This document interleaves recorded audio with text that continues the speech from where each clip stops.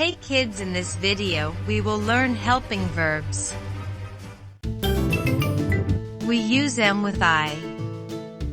Am is used with first person singular pronoun. I'm Peppa Pig. I am Johnny.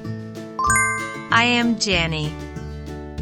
And I am Daddy Pig. So always remember kid am always used with I only. We use is with he, she, and it. It is used with proper nouns like Johnny, Mary, Paris, and hospital. She is Peppa Pig. He is George. It is an airplane. So when is will come? After he, she, and it. We use are with you, we, and they. It is also used with plural nouns like doctors and people. You are intelligent kid. They are people. We are pig family. So when we should use are? With you, we, and they.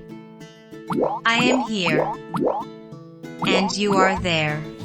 He is happy. But she is sad. It is burning. The world is turning. We are people. And they are plants. Please like and subscribe to my channel.